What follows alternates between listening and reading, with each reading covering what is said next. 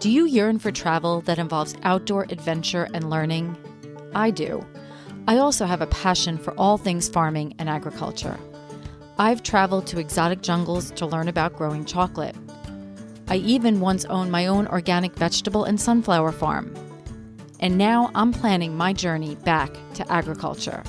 Agritourism, defined as travel that involves some type of agricultural experience. Agritourism is all about entertaining. But the marketing strategist in me knows that at its core, agritourism is really about educating, and education affects change. My future farm needs to deliver a profound experience to all of its visitors. It needs to educate people about food, health, and climate. Join me to learn from experienced agritourism farmers and entrepreneurs and help me build my future farm strategy. And who knows, maybe one day soon you'll find yourself in a tropical jungle cutting open cacao pods with a machete, or savoring an outdoor plant-to-plate community dinner with 100 guests at a farm in Illinois. So let's tap into the agritourist in you.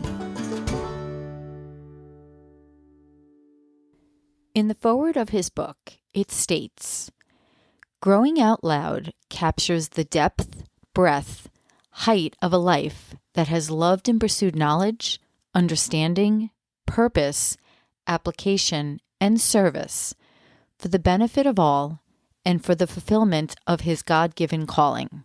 The food revolutionary has truly lived well." Keith Rashid Nouri is the author of Growing Out Loud, Journey of a Food Revolutionary. I didn't know his book existed. I didn't know he existed. I reached out to my dear friend Patty Baker, telling her about the types of connections I wanted to make for my next set of podcast interviews. I wanted to really focus in on businesses and visionaries who are shaping agriculture, who are educating our future generation, who are tackling big food issues. And Patty referred me to a few companies and people in her network down in Georgia. She linked me to a website for a nonprofit called Truly Living Well Center for Natural Urban Agriculture. The work of this organization around education, growing in an urban setting, building community, agritourism, and edutourism was extraordinary. But I didn't want to speak to the people in charge now. I wanted to speak to the visionary behind all of this amazing work, Keith Rashid Nouri. I didn't know he wrote a book, so before our interview, I dove into reading his book, his story, his inspiring journey literally around the world, from attending Harvard and UMass Amherst to working in agriculture in California, Michigan, Georgia, and Alabama, and then nationally and internationally with Cargill, a big ag for-profit company.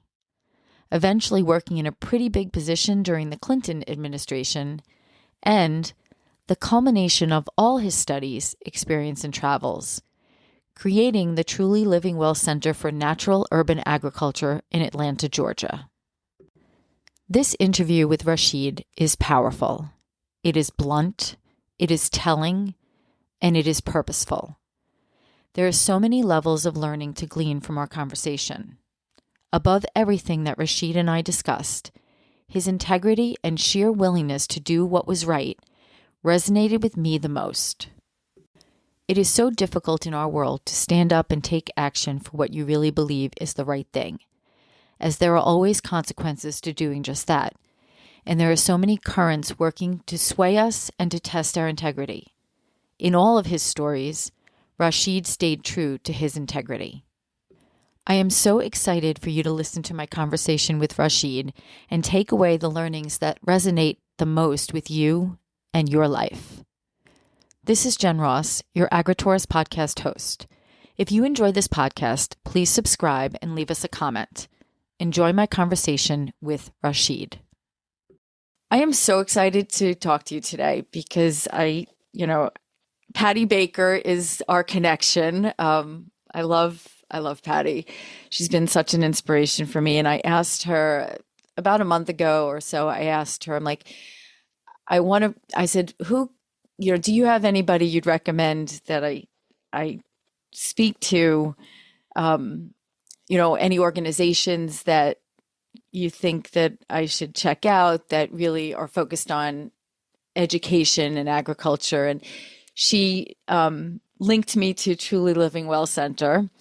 And I absolutely was like, wow, this is amazing what they're doing. And then I found you as the visionary for that center. And I was like, I want to talk to him. And she's like, well, I happen to be friends with him.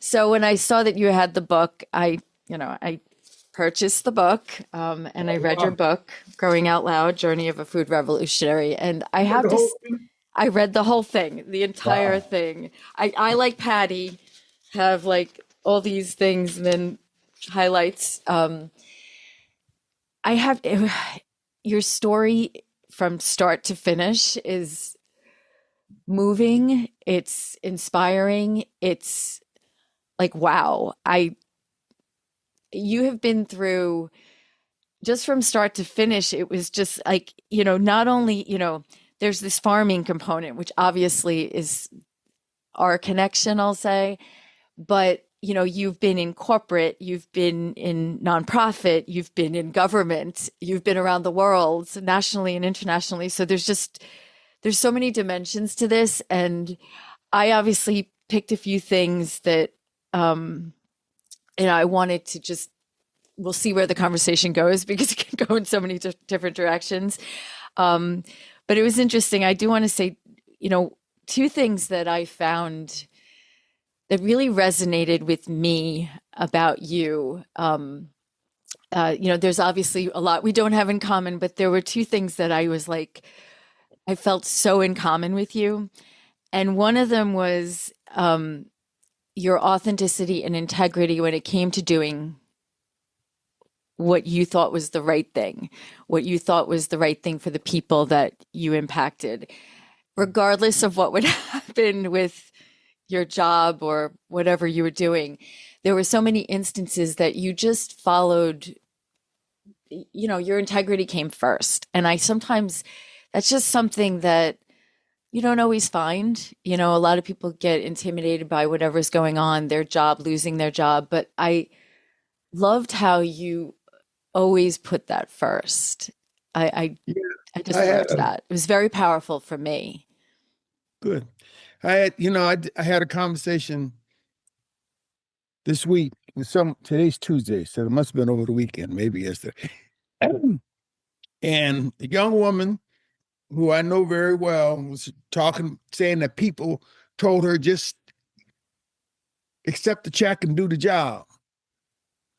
I said, no, all of this is your work. Now, if you want to be just an employee, punch a clock, that's on you. But you got 24/7, which is your work. So what are you going to do? How are you going to handle it? So that concept that you just introduced of integrity, yeah, that's been part of my credo, I must admit. It's at the core of you. And I felt that in everything you did, every opportunity that came your way. So it just definitely resonated deeply with me. And we'll talk about that more. But the other thing is just your ability to stay the course on, within agriculture even. And, there are a lot of ebbs and flows and changes and opportunities that didn't work out. And I definitely, that definitely resonated with me because I've had a lot of stops and starts but there's something deep in me that's like, stay the course. Just, what's important about what you're trying to do in agriculture. So it just, that also resonated deeply with me. But I guess I want to start by asking you, in the very beginning, what was it about agriculture and farming and food that caught your attention? Like, what were those things early on that caught your attention that you're like, this is interesting, or I want to dig deeper into this? That's it. It's a great question. I had some indications early what my career was going to be, but I didn't know what it was going to be. When I was in high school, I ran for student body president back in 1965. Let me get that right. Yeah, had um, and one of the planks, I had a platform of 10 things that was promising my colleagues, cohorts that I was, fellow students that I was going to do. And one of them was to add a fresh fruit and juice machine on campus to put next to the soda and the candies. And I did. Um, that's a hindsight revelation that was a very early indication. I started learning how to grow food out in my backyard. Didn't know nothing about it. Just started doing it, and I can remember. How'd that go? Well, it was looking back. It was a. I had some corn out there, and I was told that corn tastes best. Boil some water, and then grab the corn off the stalk and put it in the boiling water for 3 minutes, and I did. But also to make sure that corn was in good shape, that the bugs didn't eat it, I had sprayed so much. I don't even remember what the name of some kind of dust out there. It was just everywhere. The whole yard was white with that stuff in there. And I didn't know any better at that time. It was later that I came to the understanding of organics. But it was Brother Randy that got me started. And that was the first garden. How old was I then? Oh, I come back, move. I must have been 21, somewhere in there. That's impressive, though, for a 21-year-old to be doing a garden. That's very impressive. That's amazing. I think so. Thank you. So what progressed it from there, though? You had these inklings. I'm impressed by the what you did in high school. But what progressed it from there? I mean, you went, was it, I know there, you went to Harvard, you went to Amherst, UMass Amherst. Did it develop there? Where was the drive that really started taking you on this course? Well, it's an interesting question. But I was interested in two things. I was interested in health and nutrition, and I was also interested in nation building, how you build countries. And so I went to school twice. I took off, the first couple of years, right after high school. I was enrolled, didn't do very much. They kicked me out, and I took off about 3.5 years. And I wrote out my own curriculum, what I wanted to learn. It was about nation building. I wanted to know how the men and women who created the environment we live, how they built their country, what are the values and institutions that were built to create nationhood. And I was sitting in the library one day. I went back to school. I started having children. My oldest son was born just before I was 22. And I went back to school. Wrote out a curriculum of what I wanted to learn, had enrolled at San Diego State. And then I got a call to come back to Boston to do some work with a group that was doing work around African liberation. So I went back to school. I'm sorry, I'm stuttering a little bit. Trying to get the sequence. When that organization fell apart, I said, well, I was already in school. Let me go back. And that one of the issues, internal conflicts that I had to resolve was about being a Harvard man. And I decided that didn't interest me at all, because there was a certain level of disdain I had for what Harvard represented. However, having come back to Boston, the easiest school for me to get back into with the most money was Harvard. And I knew what I wanted to study. I had that in front of me. And the dean interviewed me. He wanted to know, they said that they didn't think it would be safe because they thought I would be a negative influence on the student body. And there's a phrase he had. It may come back to me in a minute. but I wasn't worried about that. I was really focused. I had I took science and government. Political science was my major, but I one thing that I've given my children, every semester you in school take some form of math and science, and I did that. So I was sitting in the library writing a paper on theory and practice, comparing the work of Jomo Kenyatta in Kenya and Julius Nyerere in Tanzania. And Tom Mboya, who was the finance minister under Kenyatta, said, with all the technology available in the world today, there's no reason we cannot chemically synthesize enough food to feed everybody. I said, whoa. I had been studying health and nutrition. That did not make any sense at all to me. And that's when God spoke to me. I call it my burning bush experience. And years ago, I would say it's when like a suit of clothes came down out the sky, but no, it was God in my ear. I'm real clear about that now. It said, learn everything about food from the seed to the table and to do it experientially. And that's what I set out to do. So that portions of my resume that you just you recited earlier reflects that trip. And it started right then. Since I had all that math and science, there was no reason I couldn't, it made it possible for me to go get a master's degree in plant and soil science, because I had the undergraduate background and everything. Right. I did everything except organic chemistry, which was for all them young people who wanted to go to med school. And I did not want to be a doctor. So I had everything else. So that's how academically, that's how that got started. And I breezed through grad school because I knew what I wanted to learn. They gave me a choice of writing a paper for a thesis, doing a thesis, or making a presentation. So I said, I'll make a presentation. And yeah, I figured that one. every class that I took fed into what I was going to present to faculty and staff. I guess I don't know what you know how long ago that was, man. That was back in the early 1970s.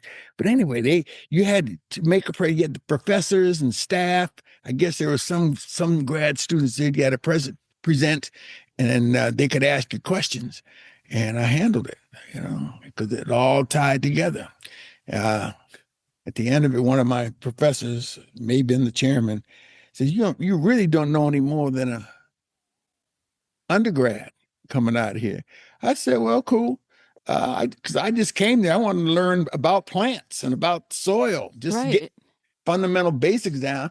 You told me what I had to do, what was required. I did it. Give me my degree. I'm gone. No, not even say give it to me, because I didn't even get my degree till about 4 years ago. I was gone. Okay, I got through there. I did that in a calendar year, and got my master's degree, and then proceeded to my professional work. So I know there was you went to California. There was a lot of movements going on. But all then my life. Yeah, yes, definitely. But then you ended up at a farm in the South. And I think that was the first one, Georgia? Was it Georgia? I think it was. Well, I did some urban agriculture. I did, I went back to San Diego. That was one that I spent about 3 months driving all over the state. I rented a. That was impressive. Volkswagen Bug, and travel all over the state. Every kind of ag innovation. California is the richest agricultural producing region in the entire history of the world. Isn't, if we get to it, water is a part of that story and where it came from. Yeah, you quoted some things in the book, and I actually want to pursue reading, what you referenced in there. That was very interesting. So I got to meet people all over the state, all up and down the San Joaquin Valley. Then I came back to San Diego and went to the extension service and said, can I have a job? And they just kind of laughed at me and said, no, we don't have any money. said, if I can get the money, can I come here and work? And I did. I knew one of the supervisors, county supervisors. He provided the money. So they had to take me. They didn't have a choice. Well, I guess they did have a choice, but that's how I got in. I figured out how to pay myself. And that's when I really began extensive study of how to grow food. Had big files with all the uh, background on all the fruits and vegetables, and just got in and started doing some urban agriculture. So while I was with Brother Randy, the man that turned me on to it in Ben Bella, and then this got, where are we now? 1975. I had joined the Nation of Islam in 1969, and Miss Farrakhan came. Elijah Muhammad's son. Let me back up one more step. Elijah Muhammad dropped his body in 1975. His son, who had announced to the community that he was going to succeed his father, took over, and he invited all the so-called educated Muslims to Chicago. Okay, and I had more book knowledge learning on agriculture than most, I guess, anybody else. Book learning, okay, the degree. Yeah. So I was appointed the regional national farm manager. And at that time, then we had 4 farms. There was a 160-acre farm over in Michigan that Mr. Muhammad used to go visit. But down south in Greene County, we had 4,000 acres.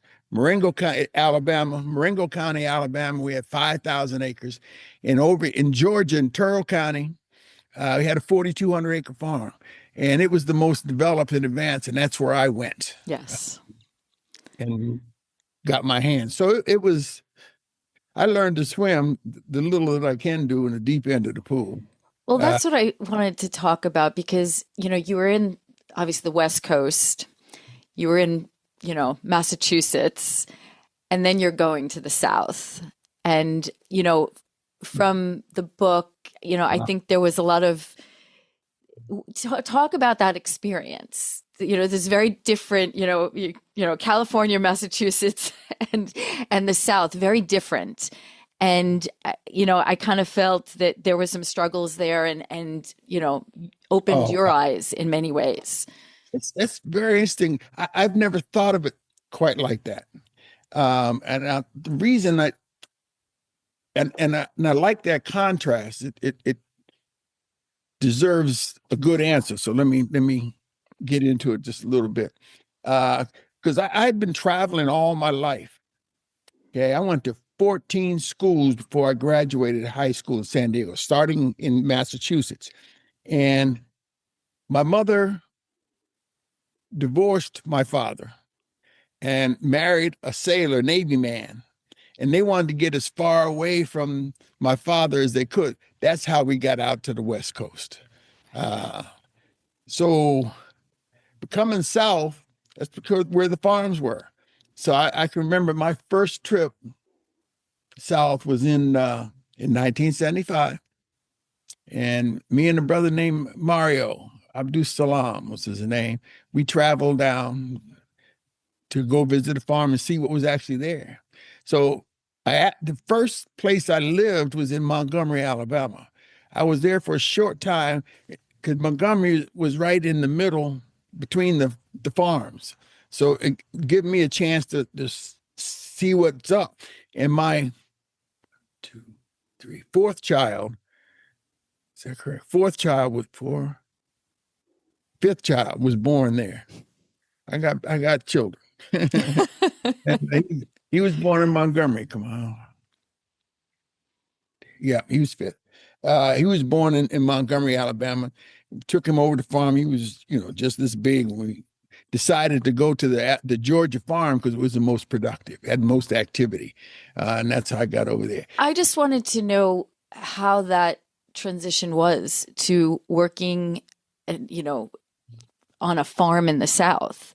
Did you, I know you highlighted a bunch of things in the book about instances that happened and just connecting in that community. Yeah. Well, the South in 1975 was still Terrible. The county that the farm was in is Turl County, and the people of the South, Southwest Georgia, called terrible Turl. Uh, on the way down there, I had stopped in Atlanta at the park. I think it was Piedmont Park, asking for directions and trying to get some feeling from what's going on. I called it Terrell County. That's how it was spelled and how you would pronounce it, California. But in Georgia, it's Turl. And he tried to make some contrast of how Black people live, white people live. He says, you need to go over there on the south side of town and see how Black folk live. All right. And Southwest Atlanta, folk were living pretty good. But you got to remember, Georgia is the one place that you never had Atlanta never had a riot. The only riot they had in Atlanta was in 1906 when the white folks rioted to burn out the businesses that Black people had up on Peachtree. Okay, so it's a big contrast. While the rest of America was burning during King's time, Atlanta never had an uprising like that. And part of that is because the extent to which the segregation was so entrenched. Okay, you go down to South Georgia and you got very dark-skinned Black folks. So the white men were not even messing with the women as much as they did in other parts of it. You go to Virginia, North Carolina, you find a whole lot of very light-skinned Black people, and that's because the slave masters were raping the slaves' women and creating babies. And I know this may sound a little harsh, but this is the reality. You asked me that. Not South Georgia is as rough as it can get. And I was down there young, probably a little brash, certainly over my head in terms of agriculture, but I jumped in. And as I said earlier, I learned to swim in the deep end of the pool. So it was very deep. So here I am on a 4,200 acre farm. The house that I lived in had a couple of acres of pecans around it. We had a dairy, sheep, 80-acre chicken farm. Wow.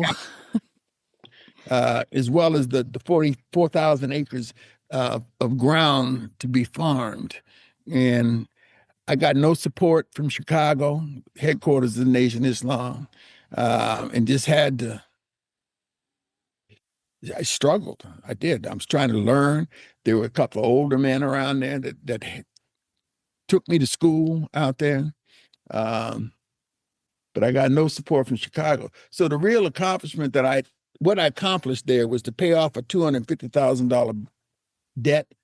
And I don't know what that would be in today's dollars, but it was substantial and I didn't have anything.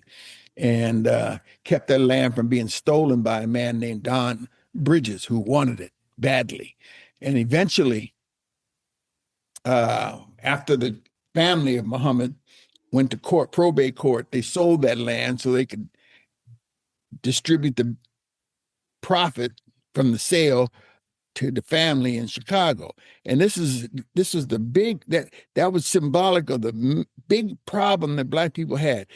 In the year of 1910, Black people owned like 22 million acres of land that they farmed in this country. 22 million, okay? By recently, it diminished to less than 2 million because folk got drawn to the north by the industrial. Ford offered $5 a day for people to come up there and work. So those blue collar jobs eventually, before Detroit fell apart and Japan rose in car making, them folk making $40,000 a year up there. And they would sell the land that they had down south to support their northern endeavors. And I think of my father. My father was an educator. He owned a piece of the sky, a condominium, and always had a nice car, dressed wonderfully, pocket full of credit cards. And he contrasts that and large bills.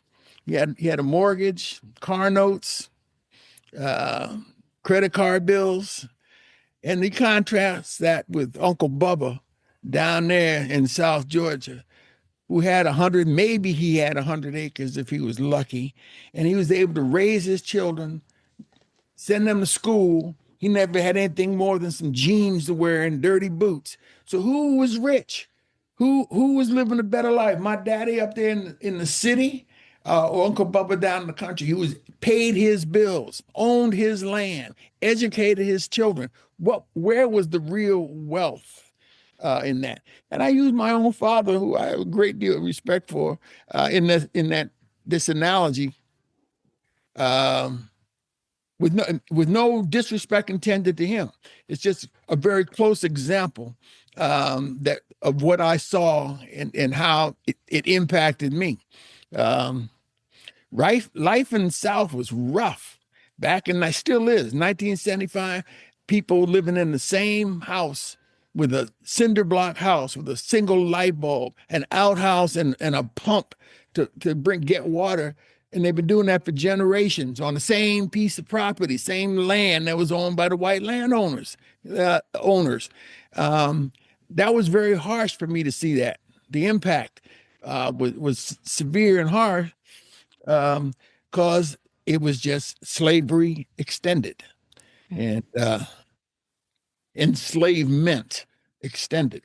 And it wasn't pleasing. Across the road from us, our 4,200 acres, new communities had 6,000 acres. You may have known the name Shirley Sherrod, Charles Sherrod. They were the leaders, some of the leaders of new communities. They after 40 years, more than that, they finally got a settlement. So they were able to buy a large property in Albany. And I was just down there last week before last, taking a look, trying to give them some whatever the benefit of what I saw on their farm. Right. So at that time you had there's a highway that goes from Leesburg to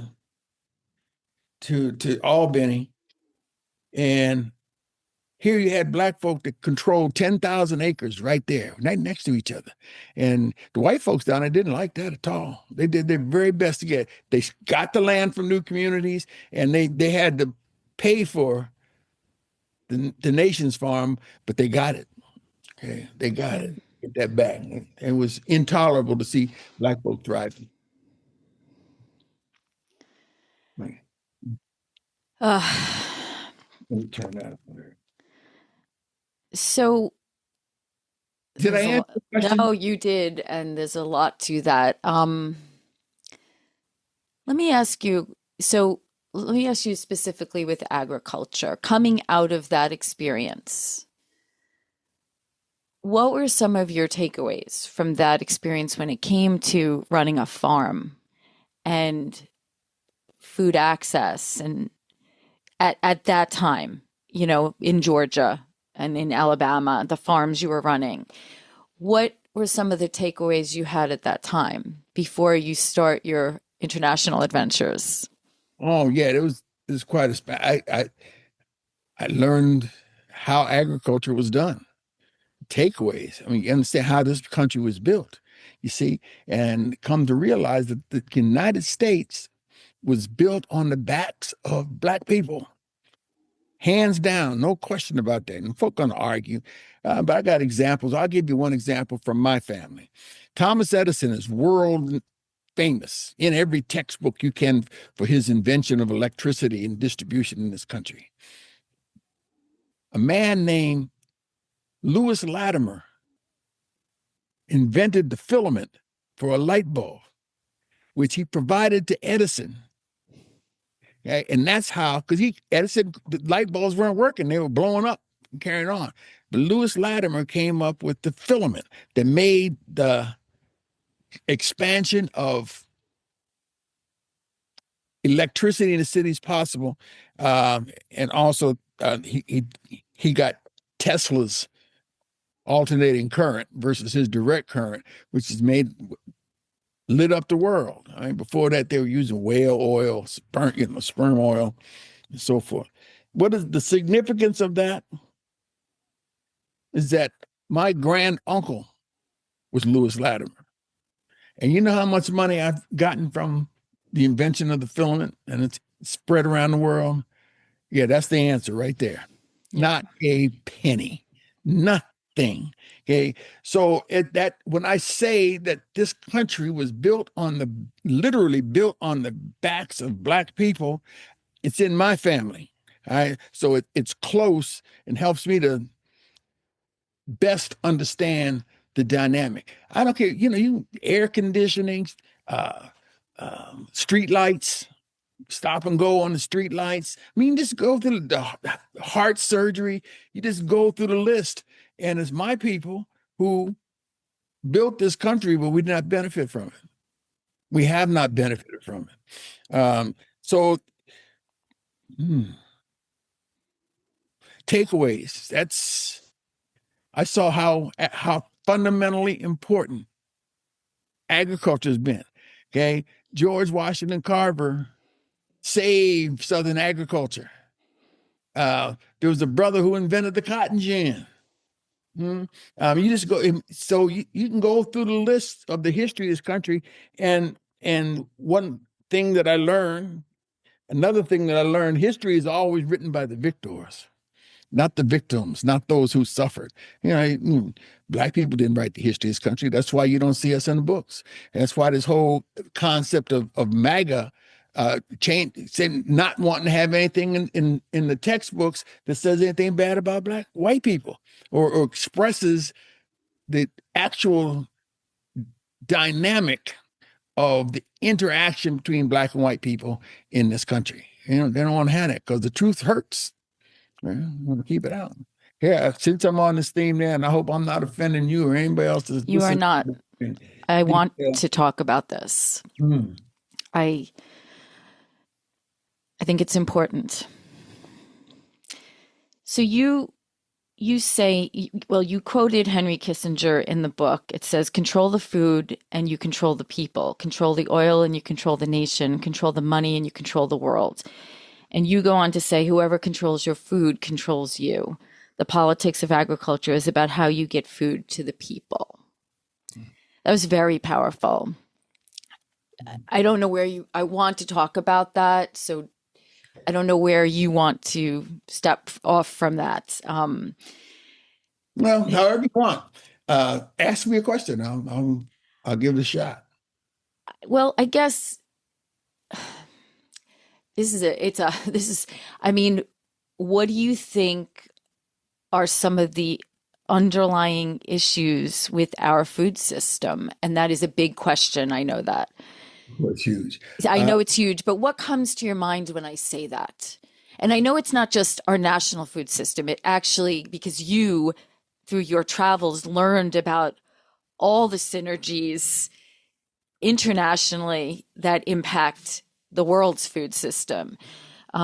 So it's a loaded question, but I kind of don't know how to break that down. And I figured if I ask the question, something's going to jump off in your mind about. Yeah, let me start here, and you can expand it wherever you want to go.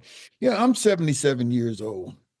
I can remember as a child saying, "Eat all your food because there's a starving Indian, a starving African somewhere," and that's just such a lie. There's never been a shortage of food. The thing is the distribution of the food.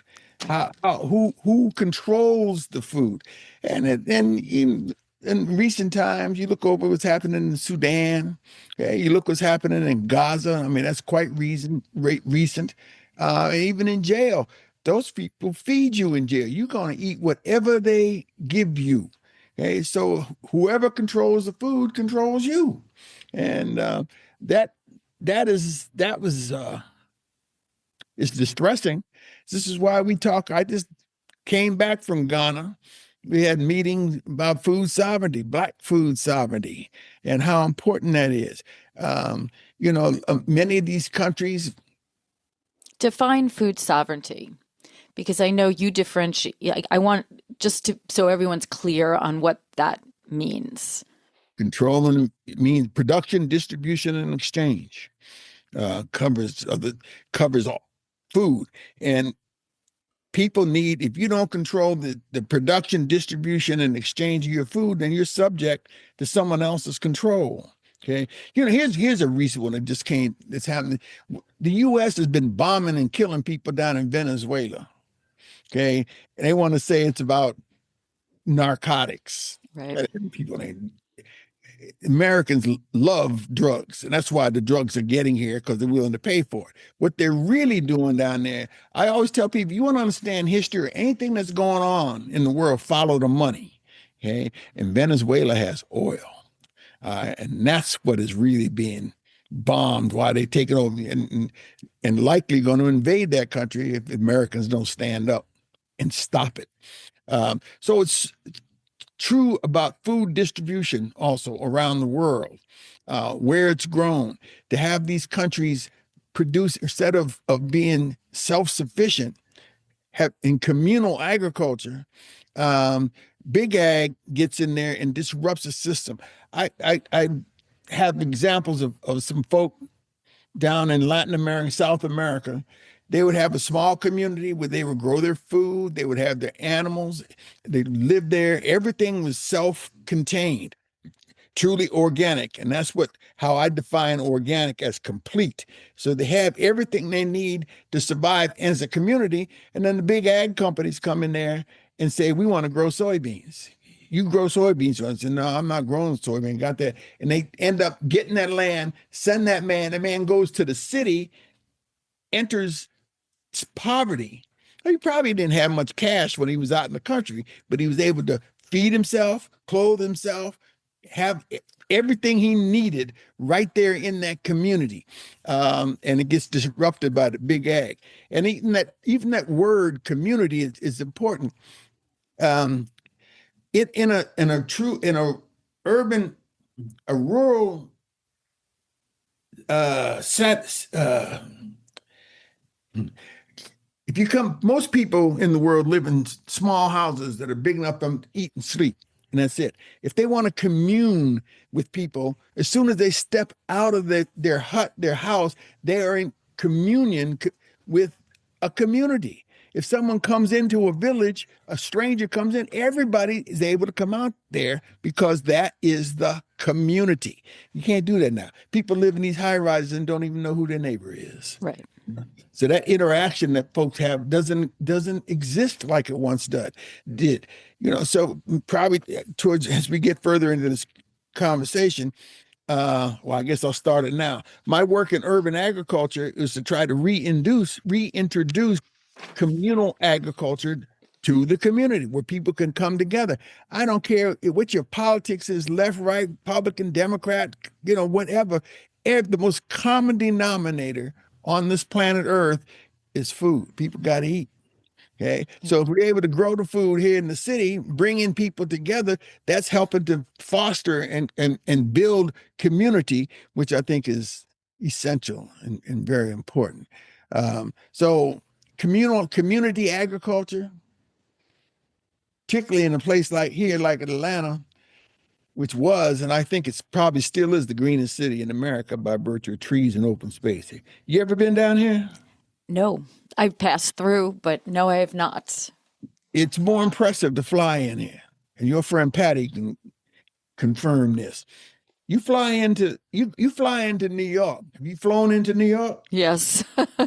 What do you see when you're flying in there? A lot of gray and buildings. All that concrete, all those buildings, you don't see any trees. You got to get down and go visit Central Park. You fly into Atlanta, it looks like all the way your descent, a great big forest with some houses dropped in the middle. Okay. It's a big contrast. So in terms of open land and trees, Atlanta's greenest city in America. And that makes it nice. So we had the opportunity. You see it now. I've been here for a while now and see the changes that have taken place. Now you got all these apartment buildings and office buildings that are empty. COVID made sure a lot of that stuff was empty and ain't nobody want to move in here. And it's taken away. I live in the woods. You keep seeing me look over this way. Out there windows is forest. I can't grow anything here in my house. So that makes it nice. So I want to, before we go back to Atlanta and talk about the nonprofit and the vision, because there's much to explore there. I want to talk about your experience with Cargill because I was actually surprised. Like I was like, wow, I was surprised you worked for them. I don't know. Because first of all, they're always this mysterious company that a lot of people don't know about. They know the name, but they don't know. So honestly, a lot of what you wrote was a big education for me about what they do and how they do it. So I thought it was important to talk about that because you referenced Big Ag. Do you consider them part of Big Ag? Cardi is the biggest. Yes. I just want to, I think it's just important for people to understand what they are and what they do. And like I said, it surprised me that you worked for them, but yet I think that was such an important piece of your education. Oh, And you had such an impact. And you also had the opportunity to visit Africa and, make a significant impact of where you visited. So I know that, take that wherever you want to take it, but I really want to just a little explore that a bit because I think it really has an impact to this whole picture here. after I left the farm that we talked about, where did I go? I went over to where did I go? I went over to Louisiana and worked for Father McKnight, the Southern Cooperative Development Fund. Worked with black farmers throughout the co-ops throughout the South. And then I built a training farm that only, this is back in the late 80s. Yeah. And it just stopped production just a couple of years ago. Oh, Built as a training farm. Then I went up to Minnesota, and I participated in the management of a rose garden. We had 40,000 rose bushes under glass, ever blooms under glass. While I was there, I was able to go apply for a job at Cargill. And at that point, I wanted to see how food is moved around the world. And Cargill did it better than anybody else, moving those commodities. And when I went, I was 10 years older. Cargill likes to hire people right out of school. And I was 10 years, early 30s, when I went there. Took a $20,000 pay cut because I wanted to see how food is moved around the world. And from the day one I walked in the door, I told them what I wanted to do was go to Africa. So first they sent me down back to Georgia. So that was second time in Georgia to run a soybean processing plant up here in Gainesville. And they were unsure where they wanted to place me, a young black man, where we're going to put him in the company so it'd be all right. They chose Georgia, and they were surprised to learn that I knew so many of the soybean farmers down in South Georgia from having lived yep. down there. So that worked out. Then from there, one time they took me to see the president of the company, and I was able to tell them again. So that's when they decided they were going to work on letting me see how food is moved around the world. And they sent me to Singapore as a regional investment manager. So I visited all the non-communist nations from India to Japan and Philippines. So I could see and got to see all the resources that were available, how people react with nature in the community. So that gave me a great understanding. And then finally, they let me go to Nigeria, which I greenfielded. What is greenfielding? Opened up lines of business that they weren't doing any business in Nigeria and not having an office and on the ground, So that's how I got there. I just wanted to explore like Cargill and basically that experience I think was very pivotal for you. And,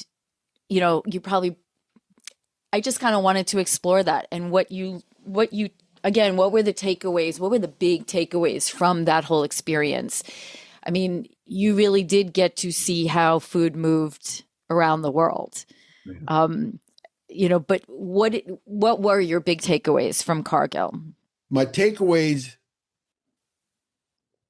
fit in a part of the the equation I gave you for all of it. But we're talking about food sovereignty, food integrity. Cargill never produced anything. They processed. Okay, they didn't grow corn, but they would get high fructose corn syrup and ethanol for your cars. They would provide the corn to Kellogg's, the chocolate to Hershey, the cacao, the cocoa for Hershey's. Yep. So the oil to fry potatoes, chips for Lay's, purchase and sell the potatoes to them for the French fries that they have in their restaurant. But they never farmed. They didn't do any farming. They just processed, traded. That's how they didn't get the risk. And that's what the Chicago Board of Trade does. That's where you can hedge your production, hedge your purchases. If you buy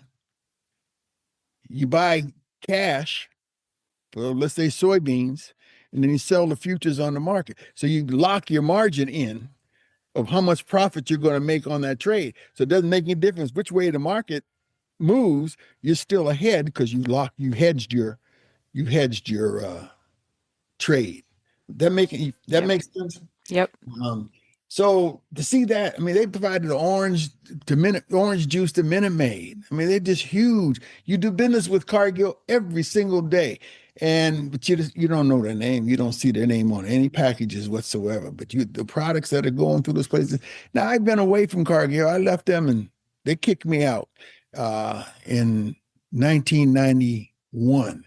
So it was that 35 years since I went to the Department of Agriculture after that. So some of the intricacies of what they do on a daily basis, I don't have that now. But I can say that the man who ran Cargill for the last 10 years was my boss in Singapore. Okay. The man who is the chairman, the executive chairman, was my boss when we were in Singapore. And I know the things that I taught him, that some of the practical things that he does, how he does it. And several of the people who were at the top of the company, at the end of their career, because so many of them folks only had one job, who worked for Cargill, only had one job in their whole life. Wow. And that's working for Cargill. And that's part of the club. They brought you in there and indoctrinated you and keep you. And you work your way. My boss in Gainesville, Georgia, was my first, I guess basically he's my first boss. He got to a certain point, he said, either you rise or you go. If you don't rise up in the company, we've had enough. He said, well, now we're going to pay you off.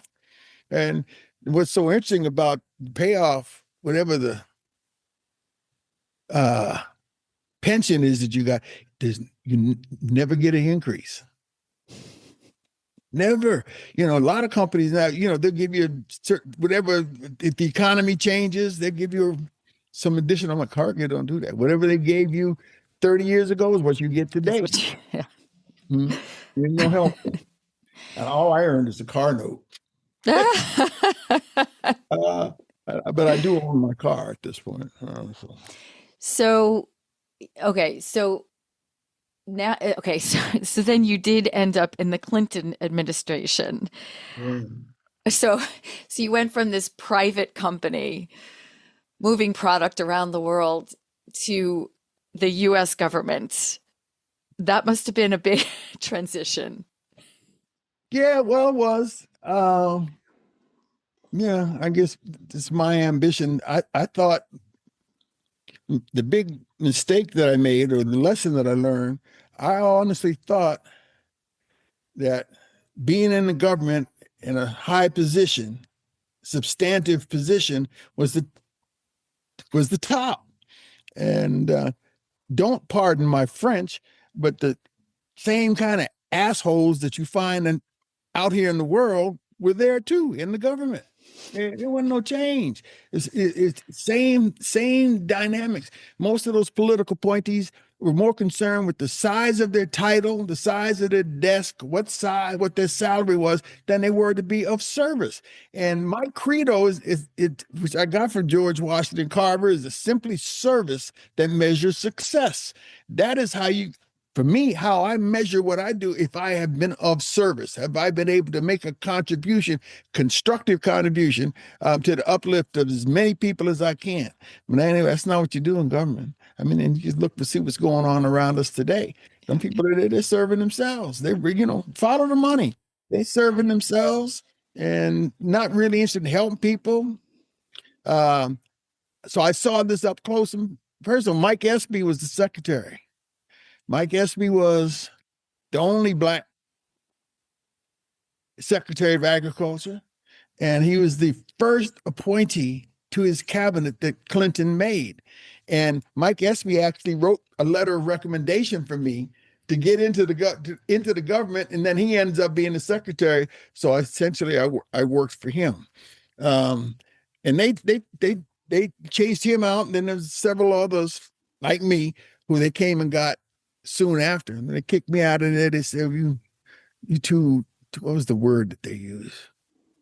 Controversial or something like that. Because they didn't understand. Because I was there trying to help people. They didn't want you to do You that. wanted to get things done. Yes, ma'am. And we got some things done, and some of those things we got done, they reversed them immediately. They put me out. One of the big things was the Farm Bill of that year, 93, required a disparity study to show the inequities in government. Oh, that was a big one. It was in the Farm Bill, so it had to be done. And doing that contract, that was on my desk. That was on my desk. I remember my deputy said, "Boy, when it was time, I agreed for him to have authority to sign things, okay, so that I could have some freedom on that." And I can remember when it came time to sign the results of that contract, the results of that study, he said, "Rashid, I'm going to sign this, but it's going to be the end of you." Okay. He said that to me. Okay? I'm going to sign it. Okay. But this is going to be the end of you. You ain't going to have no more opportunities. And I didn't. And so they had, When he said that to you, what went through your mind? Like, what was your reaction to that? Obviously, you told him to sign it anyway. Yeah, my honest reaction, I don't think it's appropriate for your podcast. Okay, so, but you can imagine, and I didn't say it out loud. It was just, I didn't care. And thank you for that introduction that you gave me. We started the show, and that was reflected in how I responded to that man. Yes. This is what we needed to do. So there were two things. There's a Dillinger report that was done by the Department of Justice that said the Secretary of Agriculture had full access to the Treasury of the United States to settle any disparate treatment. So he got gone, and so did the secretary. And I didn't produce it. I hired a man out of Atlanta to do the study, which proved the disparate treatment. And they kicked me out. And Dave Miller he had to struggle to get paid for doing the study that was authorized by Congress. Okay. Because they took that Miller report and buried it so deep because it told the truth, the disparate treatment that Black farmers, and it expanded, poor white farmers, women had received the treatment from the department. Then Pigford itself, it was Pigford 1 and Pigford 2, and then there's a final settlement. But Pigford 1, the lawyers made more money than the farmers. Okay, we had, they limited what the farmers could get to $50,000, but the lawyers could charge whatever the lawyers charged, they could get paid for. Okay, Pigford 2, then they limited the lawyers, paid some of the farmers, but it wasn't much. So it turns out to be the largest settlement than anybody's ever gotten, but they managed to limit it to the couple of $1 billion that they paid out. They made it so hard for people to get compensated, recompense, I guess is the word. It was very sad. And there's folks still today talking about it. Um, yeah, they still talking about that. Do you, when you reflect on your time at the government, do you feel good about what you accomplished? Yes, but it was extraordinarily disappointing. I mean, put me in a bad state of mind for quite a few years. I mean, as hard as I'd worked trying to help people and get punished, that it was quite painful, and it took a while. After that, I did some good work in private level, but it took part of the recovery, and I guess this is where we're going with the story. After coming out of that, was the creation of Truly Living Well. Hold that thought. I want to ask, so, because I want to put you in this scenario, because you didn't really say this in the book, and I was curious about this. So you were in Ghana in, I guess, Jazz Tone, and you met those three women from Atlanta, Georgia, and they had an idea, that they wanted to talk to you about, but you ended up talking to them about your idea. But you never really talked about how you formulated that idea. Like, where, was it percolating the whole time? Like, how did this come together for you? And then I want to talk obviously about what you ended up building, but you're smart. That's a good one. I like that. Because you left it out. Like, I was like, how did he come up with this? Like, because I'm always, I'm always thinking about that. I'm always like, because your idea encapsulated like everything that you, like, it just took everything you learned. That's the point. That's exactly the point. It wasn't just an idea. Well, I guess it did come out of the air, but Truly Living Well, the implementation, execution of, and the building of Truly Living Well was all the knowledge that I had, all the experiences that I had up until that time, and I was able to do it. And that's why I was successful. When you were sitting there with those three women and they were expressing their idea, when you conveyed yours, was that something you had been thinking about, or did it just come out of you that day? I went over everything. It's all connected. It's my life. I went to Ghana. Another step back. Dave Miller is the man who did the disparity study that I hired him to do at the Department of Agriculture. Years later, he had an opportunity to buy the Ghana Cotton Company. His wife said, get Rashid to go over there and do that work. So that's how I got to Ghana. Jazz Tone is where my hangout was. The purchase of the company of Ghana Cotton, that didn't work out, but that's the transition. I was there on Dave Miller's money that he gotten paid from me hiring him. Yep. All right. I just wanted to know what, you were sitting there with those women. Where did this idea manifest from? Like, how did you bring it all together and present something to them? Well, were you thinking about that while you were in Ghana? No, I can't. No, I've had a highly blessed life. What was next always just showed up. God sent it. Okay. I am a firm believer. And what I've learned as long as I stayed on my path, committed, doing the work that was in front of me, paying attention to today, because I've never experienced tomorrow. All I have is today, this moment. So and yesterday is a wonderful history. You can look back. I'm at a stage in life now. I'm definitively a senior. So I can look back and see how all these things are connected. But at the moment, I'm just focusing on what's in front of me. And so when they gave that, it just came. I said, look, this is what we can do.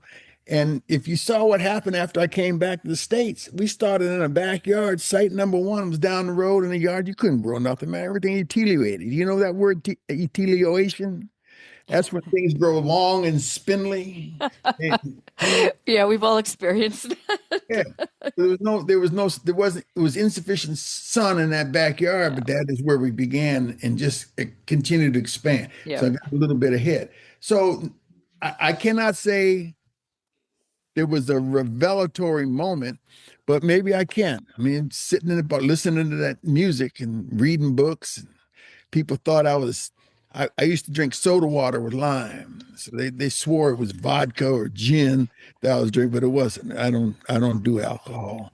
Uh, and I said, let me just tell them what I want to do. And I guess that's So, when what did you say to them? What did you tell them you wanted to do at that time? grow food in an urban area. Okay. Grow food in an urban area. So, in your book, I'll say that you had written, it was on page 269. It says, the 360-degree process of urban agriculture improves nutrition and health, beautifies the community, raises the property values, creates green spaces that clean the air, provides a meeting place for people, and creates jobs. Through growing food, people are learning new skills that are transferable to other professions and other areas of their lives. So, urban agriculture was at the core of this. Talk to me about that. I wrote that. Yes, you wrote that. You wrote a lot of compelling things in this book. It's pretty amazing. Uh, Um, that was pretty good. No, I can't remember the phrase specifically, but all that is true. It really does. And it really is. Uh, there were a lot of components to what you created there. I mean, mm, you had a CSA, mm, which was helping to feed people. You did programs there, education. mm. You were bringing people together from a community perspective. Um, Talk to me about some of that. Oh man, it organic to me. Yes, you are all about the soil and composting, so you have to talk about that because Yes. that resonates with me big time. Uh, Organic I define as complete. So all I the love that. and I had 15, 17 different revenue streams. Um, that if I could get as I got the money, then I could do that particular work. We are training from my son wrote the proposal to the government, USDA, got $1 million to be able to train people. So I was able to bring people out to the farm to train them how to farm. And it's what's amazing is how many to see the activities these folks are involved in. Right? We had the biggest compost facility, and my mantra for 10, 12 years was compost, compost, compost. Okay. Yeah. If I couldn't see it, if I don't see it in nature, I ain't doing it. Okay. And I can try to replicate nature. And that's what the compost does. The trees drop their leaves. And to do it here in Atlanta, which is the greenest city, made it possible. All right, the trees drop their leaves, they break down all the microbes, the roly-polies, the earthworms, and clearest indication of the quality of your soil. Uh, Sorry about that. The number of earthworms that you find Yep. in the soil. So I just wanted to replicate that, and that's the basis of the teaching. And that's really at the beginning. Um, that's what I told people. But as we grew, they were able to see it in the manifestation of what it is that I was teaching. We had the largest compost facility. Now there's a couple of compost companies, and the people who are running that compost company came through Truly Living Well. The urban ag director for city of Atlanta came through Truly Living Well. Uh, the very first sale of my book was at the home of the man who was the first urban ag director. Okay. Patty interviewed me at that event with Yes. all these people. And so it's just all come together. I've had a wonderful life. Really has. Really been a blessing how all these things have. One thing that stood out, I know you had to move a few times, but that one last time when you had to move and you actually moved all the soil and the Yeah. trees, and I was like, oh wow, that was first of all, I thought that was amazing because most people when they move a farm, they can't take all that investment in the soil. It stays, but you were like, nope, I'm moving it. Yeah, that was crazy. And you can imagine I couldn't go to a banker or anybody and say, look, give me $750,000 to move the soil. I said, what's wrong with you? So I mean, it was and looking back, it really was crazy. But that makes me crazy, don't I loved it. I? I just absolutely loved it. And I love that you found the investment to do it. I mean, that was one thing too that was very powerful. And how, you and your team were so driven to find the funds to make sure this sustained. Um, and that is not easy. No, it's not. I'll give all of them people that work with us credit for how they participated. But seeing where Truly Living Well is today, uh, this is one of the blessings or benefits of being a senior citizen is being able to go back and look and see where I was so busy. So many people, if they're working on something, they're always looking over, hey, come over here and look and see what I'm doing. Hey, that's not me. I just did the work. And if you wanted to help, you could. I would tell you, you got all these ideas of what we can do. I said, those are great ideas. So you handle it because I'm busy. And all the different components. So with all the humility, whatever humility I got, um, they were not people. Here's here I try to explain it this way. Quite often, folks that found a business or start a business, it takes 3 or 4 people to replace them because all the stuff they was doing. Yeah. My workday was 24 hours, 7 days a week, 365 days a year. If you sent me an email, you would have an answer before you came to work the next day. So that meant sometimes I'm sitting up 3, 4 o'clock in the morning answering emails, but I had a busy day to make sure that I responded to you about whatever your concerns, interests were. And that's just how I work. So unfortunately, Truly Living Well didn't have that after I left. And over time, it is disintegrated to now it's not in the best of shape. I had a call from a man just yesterday. Today's Tuesday. Right? Yeah, yesterday. Yes. Yep. It was some things he wants to do down there. So we'll get together whenever he's ready. Um, but I worked hard. That's why at the end of that time, I was tired, you know. And the question I had to ask myself is, have I done what Most High instructed me to do? Is satisfied with the work I did. And the blessing is people don't blame me for the demise of Truly Living Well. I still get praise or credit for the heights that we were able to reach and the number of people was able to inspire. And I'm grateful. I'm grateful. I'm not blamed for the demise. There's so many things that go on to sound.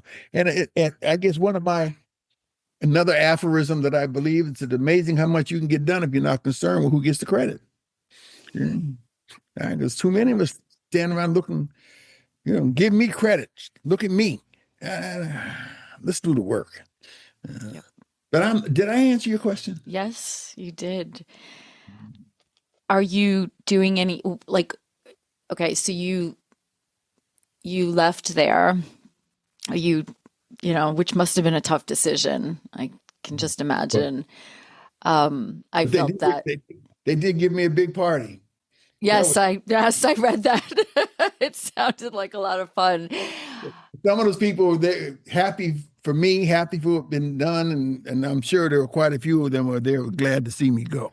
So so but it all came together. So, what are you doing now? How are you Helping. satisfying your ambitions? And, Yeah, what are you doing now? my ambitions, that's a good word. I probably need to think about that a little bit more because the extent I don't have the same kind of ambition.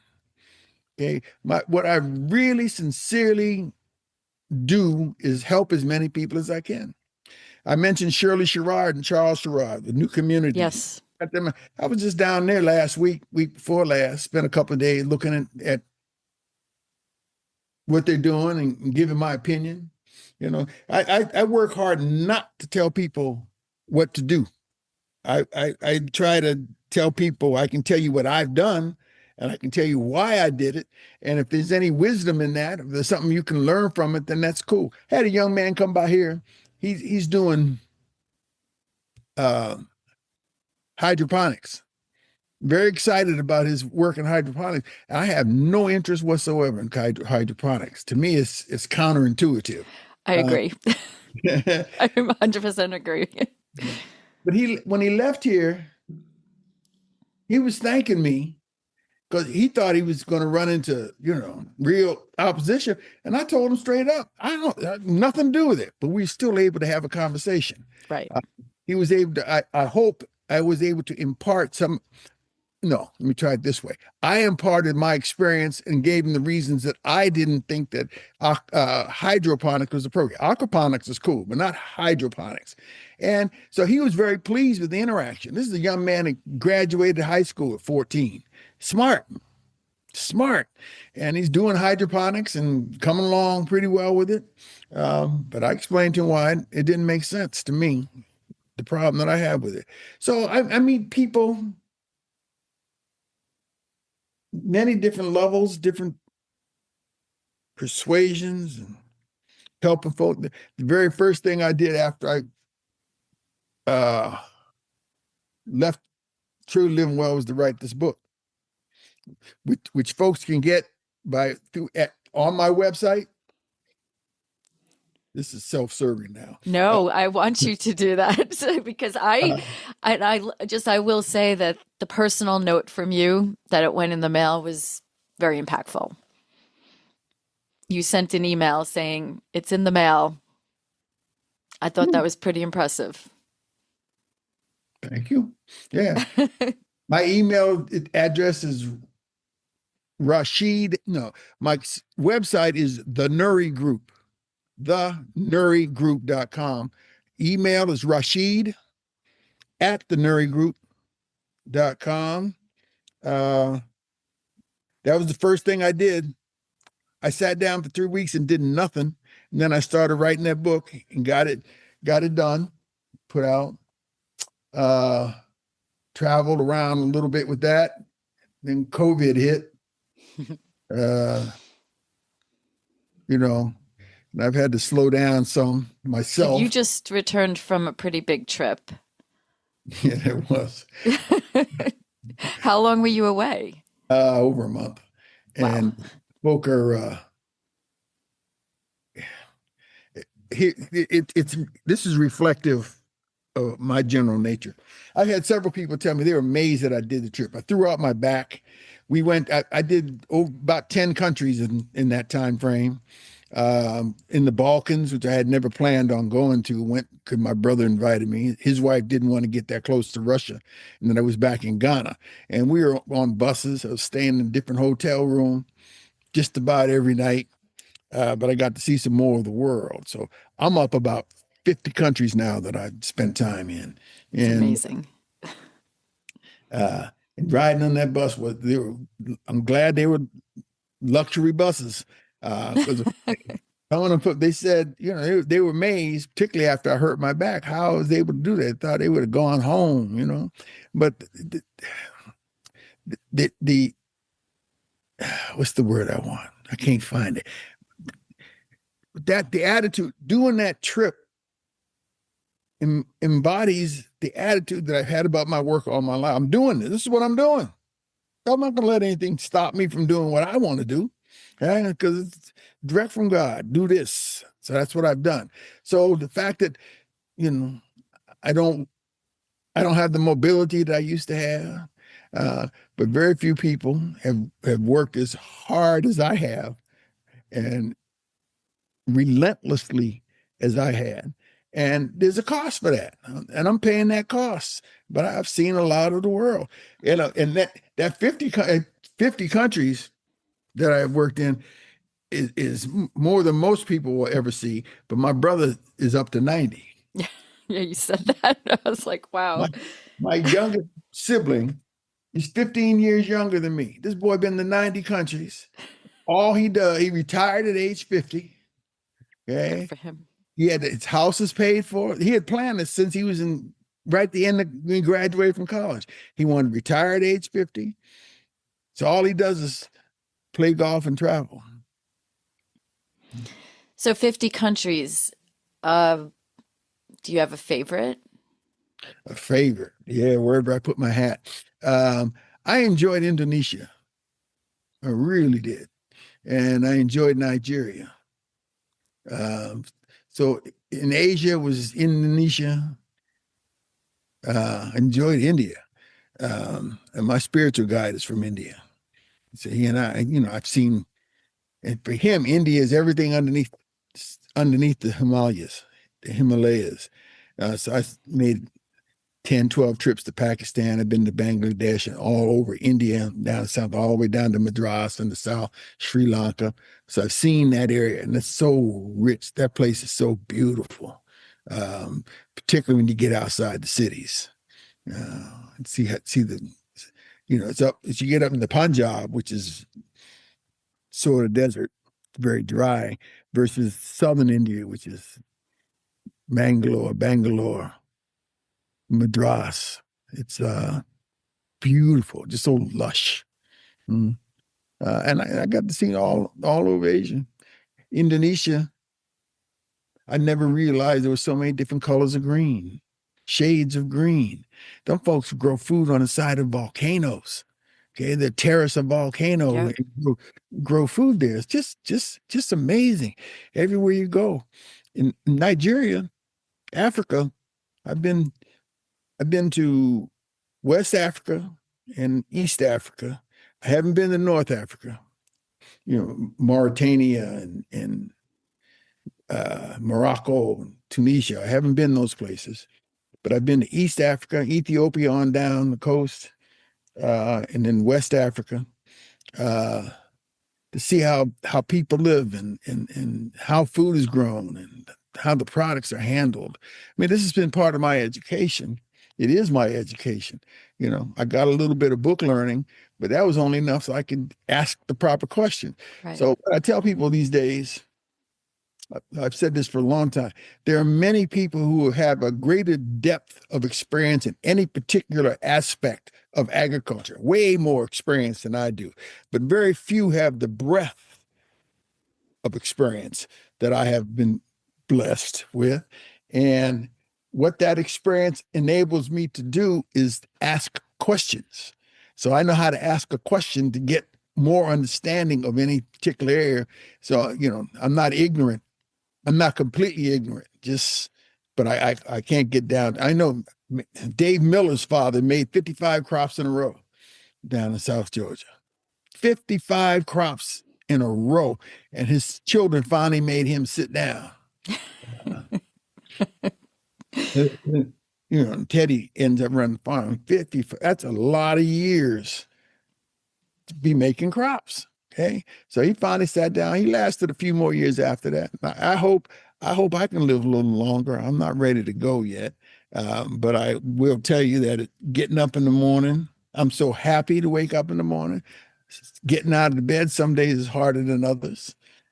Sometimes I need to stop during the day. And I've had to give myself permission to do that, because the aches and the pains that I'm enduring is because I pushed myself so hard. Yeah. The metaphor I use, you'll always find somebody that's, most people just burn a candle. That's their life. You got some people who burn a candle on both ends. Okay. I burn mine in the middle too. I like that. Yeah. So I'm paying for it. I'm paying for it. But I have, someone told me a few years ago, and I pretty much adopted it, that the true sign of success in this life, your children are doing better than you do. And my children are they're amazing. They're doing so well. And that's pleasing. That's pleasing. I was a single parent for 6 of them. I mean, I don't want anybody to think I was just out there dropping seed, although I am a farmer. Uh, I did plant some seed, raised it. So I had 6 of them as a single parent, and I had 7 altogether. And traveled the world. It's been, and you mentioned this trip I just came off of. I saw so much in that short period of time. Let me, I didn't really understand. I went to the Balkans. Did I say that? Yes. Okay. And I really didn't. My brother, no, who did? My son gave me a book on the Balkans so I could get some understanding. I read a little bit of it, but it's really going there is helped me to understand the history that took place in that region. The Balkans is the huge peninsula. At the very bottom is Greece. To the west, across the Mediterranean, is Italy. Right? To the east, northeast is Russia, Ukraine. Okay, you got Hungary over there, and you get down to the bottom to realize that all these people, Alexander and other explorers, the Silk Road went through Greece on this little peninsula that took you over into Turkey. And the interaction that Turkey had with Europe, just one strip of land. And that's the only way you could get by land from Europe to the Middle East and to Asia. And the Balkans are a series of range of mountains. And in each valley between the mountains, a different tribe. And a man named Yusuf Tito, kept those folks together in the Union of the Slavs, Yugoslavia, had them all together until some of the Europeans got in trying to mess with it. I mean, Herzegovina, the Sarajevo, all man, I can't even go through the list now. There's a whole bunch of countries over there. In one place we were traveling north. So on the right side was the ocean, and on the left side, literally, were mountains. And I mean, the geography is so dramatic. Uh, yeah, yeah, that was nice. And then in Ghana, when I was there 20 years ago, the head of state office was in a slave dungeon. Okay, now they built a new seat of government, which is shaped like an Ashanti stool. It's a beautiful building. And that was nice to see that they got out of that dungeon. Because those dungeons along that coast like amusement parks to them. They get people come over, Americans come over and pay money to go down in these dungeons. And I can't deal with that. So I don't do that. But that's a little synopsis. So, Rashid, what's your favorite vegetable? What do you like to eat? What plants do you like to eat? Oh, I like greens. Any Green. particular greens? No, I got right in there now in my refrigerator. I got a slaw that I made that has cabbage, kale. Um, what's that? Ooh, that's one of the problems with getting to be this age. Just start dropping names. Uh, couple of different greens all mixed with chopped in, some onion, Okay, carrots. Uh, that sounds good. yeah, and then this one has some pineapple, That raisin. sounds really good. It is pretty good. Really good. Chard. That's what I was trying to think. Yes. Oh, Chard. chard. I love it. I love growing it too. Yeah, Mhm. all that stuff. And there's nothing like when you're growing it. There's not the taste. Here's the joke that my daughter, Alia is her name. She was sitting up one time and said, complaining, no, we had every day you got to eat these green beans, green beans. And many people heard that or hear this thinking she was talking about green beans, that you're going to, Right. she was talking about the beans that turn green because that's what I fed my children. So I had to I worked, I had to cook for them, make sure they had food, that's why I said I burned it in the middle too, the candle in the middle. But they're all healthy. I think they may have had 3 cavities, the 6 children. That's impressive. Yeah. There was a quote in one. I just want to end with this quote because I thought this was very compelling. I mean, you have quotes throughout the book that I loved, but I liked this one. It says, "Even after all this time, the sun never says to the earth, 'You owe me.' Look what happens with a love like that. It lights the whole sky." Hafiz. I loved that. Hafiz is a Sufi mystic. Each chapter of the book has a quotation. Yep. And I think you're the first person that's come back to me with one of the chapter heads. So I appreciate that. You really did read that book. I definitely read the book, every bit of it. So I have one last question. The picture behind you on the shelf there, what is that? It's a beautiful picture. My daughter. I have 5 sons and 2 daughters. She's the youngest. She's an artist. She's a designer, and there's a here. Let me see it 1 second. That's beautiful.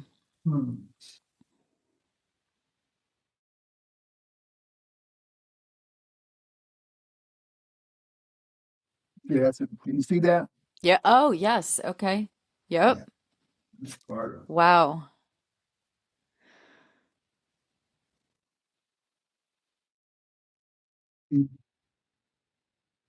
Careful. Yeah, I don't need to be falling off anything.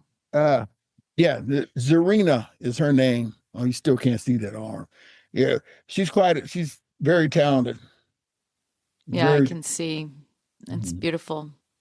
Beautiful. It kept catching my eye during talking to you. It was kind of speaking to me. So, well, thank you for this. I truly enjoyed reading the book, learning so much. And you've just really inspired me to,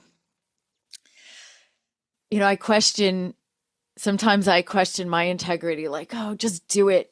Don't, why do you always have to, like, why do you always have to, I sometimes do things and I move in different directions because I don't believe, like, my integrity just becomes like kind of, it highlights it, and it's kind of anti what I probably should be doing, meaning, well, that's where the money is, or that's where you might make more progress. But reading your book and talking to you just, reinforces the fact that my integrity is so important. And following this mission, keeping, keeping at this agriculture thing is really, really important. So, Yeah. If it doesn't sit well in your stomach and you're poor, leave it alone. yep. Leave it alone. Yep. You have to be one with whatever it is you're doing. And I think that though there's too many people, my belief is there's only one God, one universe. It's all complete. Okay. And whatever I had here, let me back up one more step. I got a book downstairs called The Universe in 40 Steps. I found it in a bookstore in Hollywood many, many, many, many years ago. I remember reading this. Yeah. Like you talking about this. Yep. Oh, I talked about that in the book? No. I remember reading about it in your, because you wrote about it in your book, but tell us about that. I liked that. They got a picture of a woman sitting in a rocking chair on the porch. Then they go down by 10 times and you see a mosquito on her arm, which is huge in the picture. keep going down, down, down till you get down to the electrons, protons, neutrons of inside the human body. Then they take you up in 30 steps up into the universe, where the planets and the suns and all that, they look exactly the same as what's on the inside of us. It's all one. It's just one. And it's for us to understand and try to find those connections, how we fit in. And that book had a real impact on me, to help me understand how everything's connected. That's all I'm saying. So what I think that people who get cancer inside them is because their lives are confused. So the human body gets confused and tries to find a way to rectify it. Yeah, this creation is much bigger than this planet. That's something that I've been thinking about these last few years, is how huge the universe is. And scientists have only seen 2/3. They've seen aspects of 2/3 of the universe, how huge it is. I'll give you this, and then you can let me go. The sun, our sun, is 93 million miles away. It takes light 8 minutes to get to the Earth, traveling at 188,000 miles per second. Put some of these numbers down and multiply it out. The next nearest sun is 4.2 light years. That's how far away it is. It takes light 4.2 years traveling at 188,000 miles per second to get to the Earth. That's huge. And that's the closest one to us. That universe is huge. And my personal belief, there is a creator outside of the creation. The universe is so well organized, it makes sense, just like the human body, with all those molecules, all the elements that are in our body, is so well organized. So is the universe. And you stop and think, I have stopped and think, and I urge you to. The written history of humans on this planet, the oldest one that you can find is only 10,000 years. Okay, and that's Indian. Chinese got 5,000 years of written history. They tell you this 40,000 years. You see different types of humans that are on the earth. But it's been millions of years when the dinosaurs was here. Okay. And I wonder, this one get me in trouble. I wonder if human beings, back in the 90s when Clinton was in office, they showed that all humans on the planet Earth have 99.5% the same genes. Look, all the same. We come up with different hair colors, different skin colors, hair texture, which makes a small difference, but fundamentally we're all the same. Okay. Yet we find ways to fight with each other. We can't figure out how to get along. So I wonder if human beings on this planet is a test from another universe, part of the universe. They dropped all these seeds, us, on this planet to see how we would develop and how we would get along. And unfortunately, I was going to say, we're not doing too well. Although we ain't. There are people who do. So. Yeah, well, you've asked me wonderful questions. I appreciate this opportunity to chat with you. And if there's anything I can do to help you, let me know. I will. Thank you. These folk, anybody that has listened to this, you like my book? I will definitely link people to everything. And grateful for everything you have done. All right. Well, let me know if I can do anything to help you. I will. Thank you, Rashid. You have a wonderful day. You do the same. I hope our Agri-Tourist podcast prompts you to think more about where your food comes from, whether it be your vegetables, fruits, meats, and even those sweet treats. Don't forget to subscribe and share this podcast with someone you think may truly benefit from or be inspired by it. Visit us at agri-tourist.com. Until next time.